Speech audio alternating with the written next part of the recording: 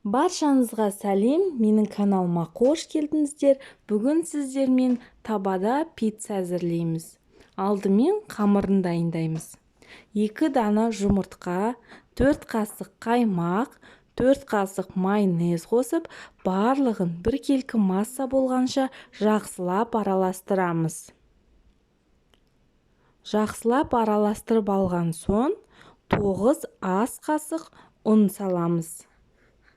Оны да жақсылап араластырамыз.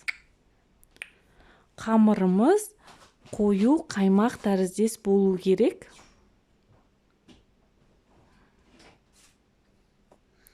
Ал бізге салмасына шұжық, қызанақ, сыр және кетчуп қажет болады. Барлығын видеодағыдай кесіп аламыз.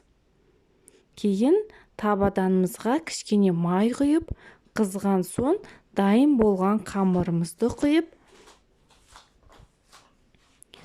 5 минутқа кішкене піскенше қақпағын жабамыз.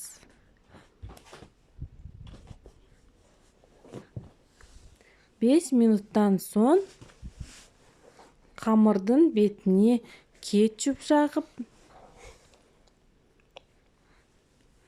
үстіне шұжық, қызанақ және сырды салып, барлығын баяу отта 5 минуттай пісіреміз.